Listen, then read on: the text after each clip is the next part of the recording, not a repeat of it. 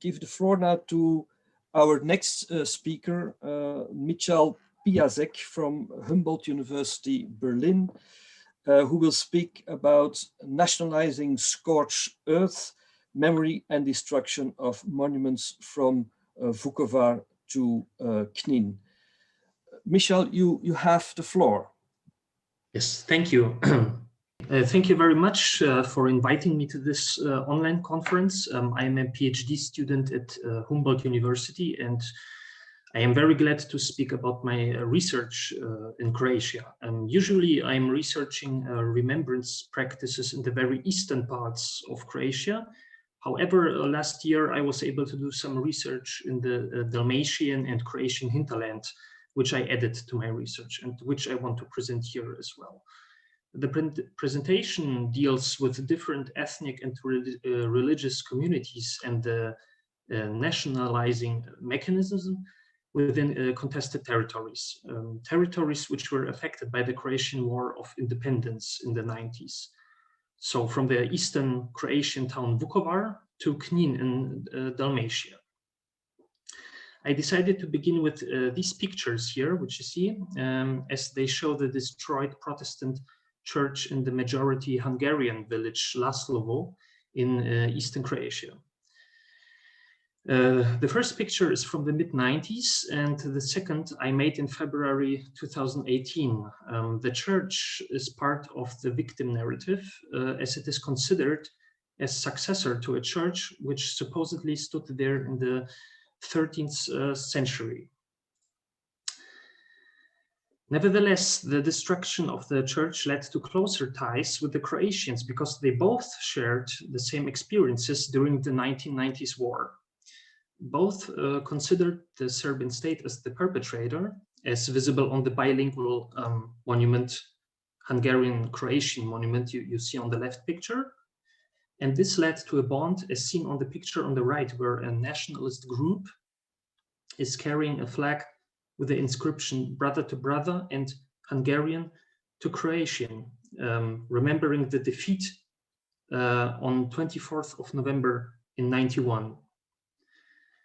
Both parties are using traditional and revisionist symbols, as we can see. For instance, there is the Hungarian coat of arms, also used during the Hungarian rule in the 19th century, and the Croats use the Ustasha coat of arms with a checkerboard beginning with a white field, which is unusual. And it was used during the puppet state of independent Croatia in the early 1940s.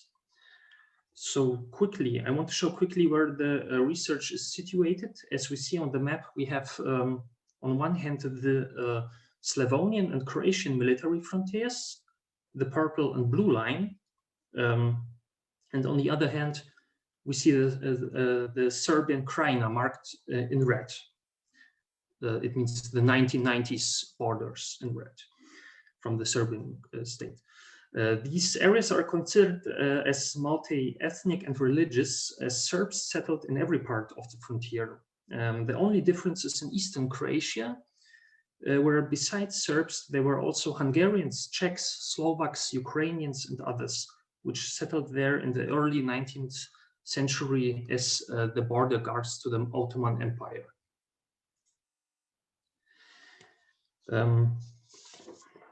Basically, the remembrance in Croatia is based on two dominant narratives: a victim narrative centered on the fall of Vukovar in November 91, and a victory narrative drawn from the military operations Flash and Storm, both during the summer of 95. So nationalizing consists of various factors. For instance, Gegner and Zeno include war as one of its processes and postulate that the main arguments are that war mostly mobilizes identities, mentalities, and emotions. Therefore, remembrance provides legitimacy to political systems and underscores territorial claims. And Hobsbawm and Ranger see tradition as a key, as it constructs versions of the past, which ends in a unified common culture. There is also research related to this topic in Croatia. For example, remembrance practices in Croatia by Veran Pavlakovic Tamara Banieglav and Janine Clark, and also Steph Jansen, which closely examined these areas. Furthermore, Liliana Radonic and Jelena Subotic pointed out the dangerous and strengthening remembrance practices within the far-right movements in Croatia, which also belongs to my topic here. My research questions are as follows. So how certain groups shape the remembrance within this particular multi-ethnic and religious area, and how it reflects on the monuments. Who are the groups? What are the narratives? And how do these multi-cultural communities remember or reconstruct recent history? It will also show how ethnicization is exploited for nationalistic purposes and collective victimhood, which endangers the coexistence of different ethnic and religious communities. I'm using different anthropological and ethnographical approaches, for instance, visual anthropology, by using old photographs and comparing them and comparing the changes over time. John Rieger is, for example, one of the pioneers in this area, and he did research on social change in rural America. Furthermore, I use linguistical anthropology, and the most important aspects here are language, socialization, rituals, and political events. Here I am following Duranty. And in a smaller scale, I use research related to social anthropology, for example, power, identity, and rituals. I'm also, as I'm working also in the field and my study concentrates on artifacts, I am following Jan Blommert's theory from his ethnographic fieldwork. It deals with objects and macro contexts, which we can see on the slide. Blommert argues that the object is represented by a situated event, and in my case, the object is a monument or a reconstructed site, which represents a certain war or conflict. With this approach, I argue that places are also loci for experiences and events, means of recall and foci of memory. The legitimizing processes are inextricably linked to political power. Political authority strives to delimit the range of possible interpretations of the past and control the process through which such interpretations become politically and socially viable and legitimate. So let's start with the examples. Vukovar, the water tower, which is standing at the banks of the Danube River, is probably one of the most known symbols in Croatia. In November 91, it got attacked by Serbian forces and was severely damaged in 2019. The conservation works came to an end and the city council opened the water tower for public. It is basically another addition to the several documentation centers in and around Vukovar.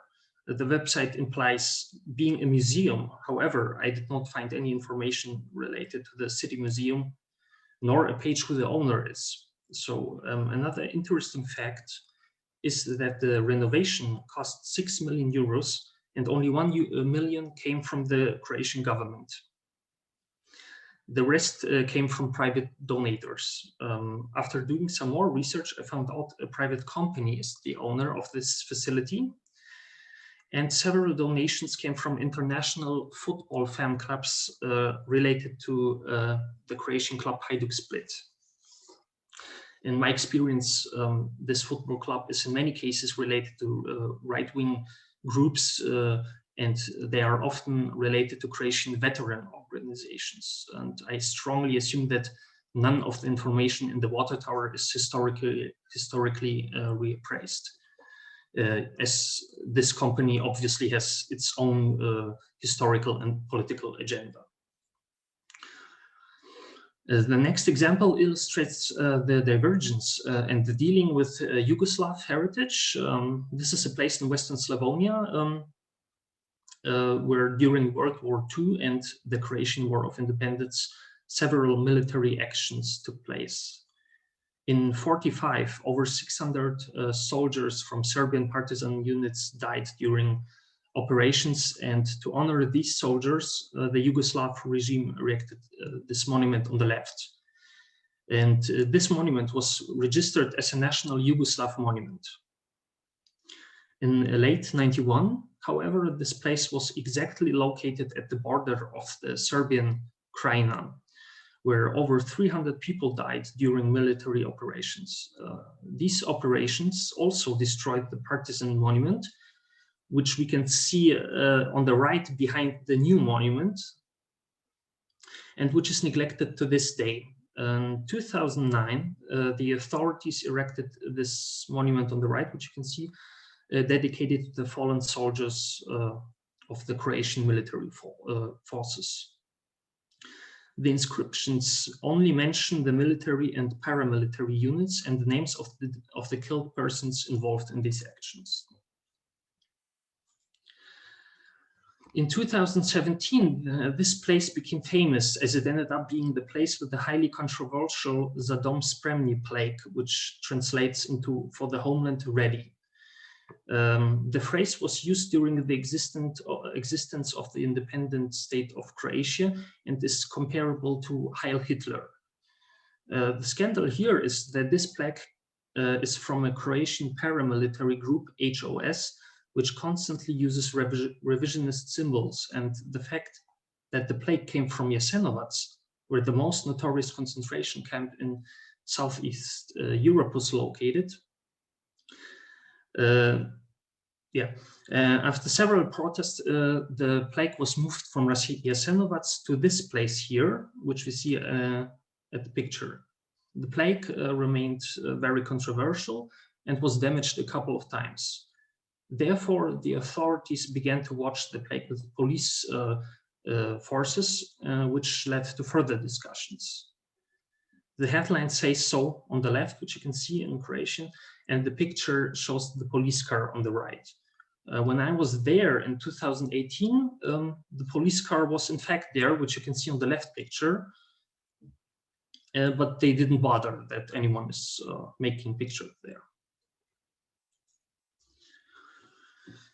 To show the higher value of the 1990s war, I want to show an example from a mostly Czech-speaking village, which is not far away from the location I just presented. We see the monument dedicated to an incident in September 1991, where 14 people were killed. And on the left side, I marked the old partisan monument, which has only Czech inscriptions, contrary to the new monument, which has only Croatian inscriptions. And although all the people killed in this incident, the inscriptions are still in Croatian, although they were all Czechs and Czech-speaking. The new monument is much bigger and has a cross on top and the Croatian coat of arms. The inscriptions are similar to the first example I gave, vilifying the Serbs. On the contrary, in another Hungarian village in eastern Croatia, the monument includes only Hungarian inscriptions and remembers all three wars from the 20th century. So the First World War, the Second World War, and the 1990s war. The First World War is in Croatia not commonly remembered, but Hungarian villages are the exception. What is also special about this one is its Hungarian national symbol, the mythological bird called Turul, which we can see on top. The next examples show two majority Serbian villages in eastern Croatia. Both partisan monuments were reconstructed and got new exchange plaques with new inscriptions. The left one underwent complete renovation with new plaques remembering World War II.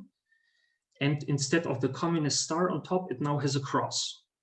The monument on the right got a new plaque remembering the Croatian War of Independence with a cross, which is unusual for Serbian villages in Croatia.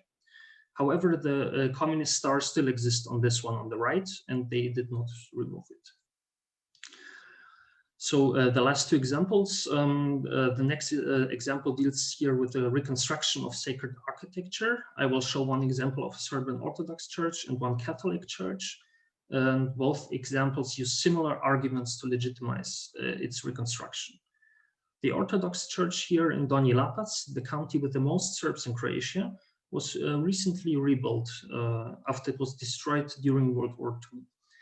It is noteworthy that the reconstruction site is not the same place as it was before World War II, because Yugoslav authorities put another building there.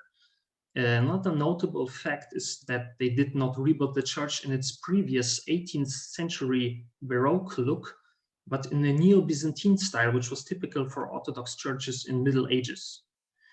Another interesting fact is that in front of the church is a plaque remembering the Operation Storm in August 1995. Similar to the Vukovar water tower, this church was also rebuilt with the help of money from the Serbian diaspora.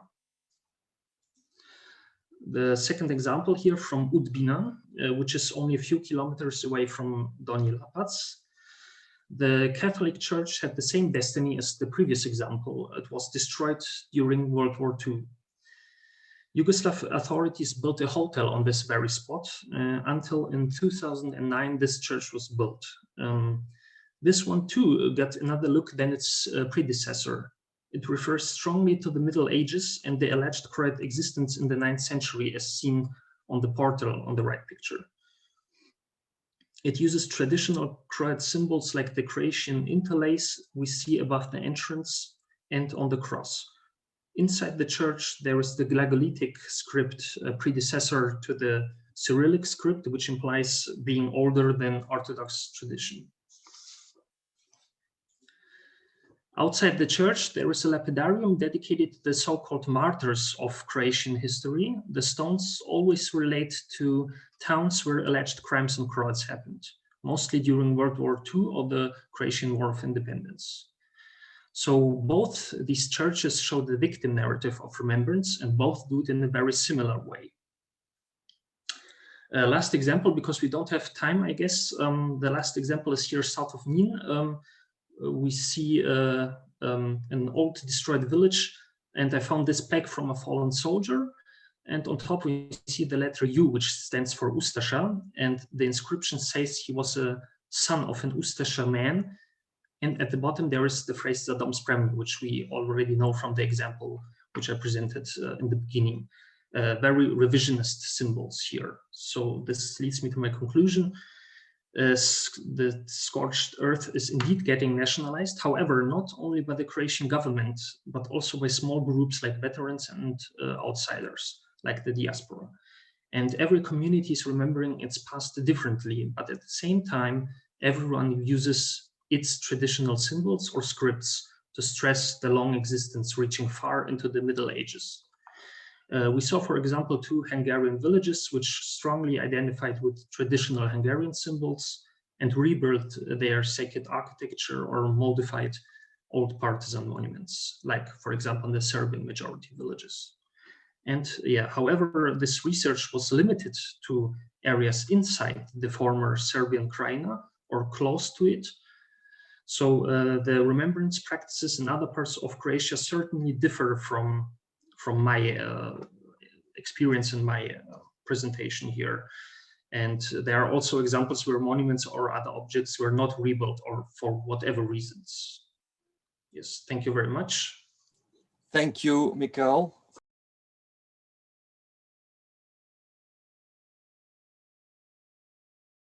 I have already one question for you in the chat. I will briefly repeat it. It's a common practice in Hungary to combine memorials plaques with names of victims from all wars, revolution in the 20th century. That might be a reason for your example. It would be good to know who sponsored these monuments in the communities of local minorities. I think you gave already one example of this water tower, but can you give some more examples of who is behind the raising of these monuments, who is sponsoring these monuments, etc.? Yes, I guess for every group or community, it's different.